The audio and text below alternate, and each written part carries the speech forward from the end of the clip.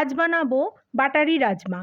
১ চামচ সাদা তেলে দুটো বড় টুকরো করে কাটা পেঁয়াজ, ১০-১২টা রসুন, পাতলা করে কাটা ১ ইঞ্চি আদা, একটা বড় টমাটো, ৩টে কাঁচা লঙ্কা ৫-৬ মিনিট হালকা ভেজে নিয়ে ঠান্ডা করতে হবে। একটা মিক্সিং জারে সমস্ত ভাজা উপকরণ দিয়ে আরও দিতে হবে হলুদ, ধনে গুঁড়ো, কাশ্মীরি মির্চ। এবার একটা স্মুথ পেস্ট বানাতে হবে।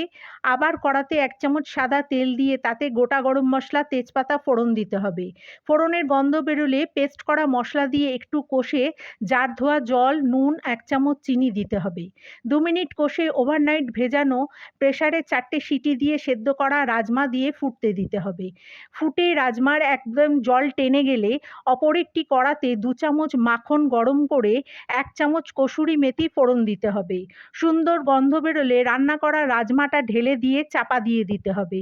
এরপর চাপা খুলে ১ চামচ মাখন দিয়ে পরিবেশন করুন বাটারি রাজমা।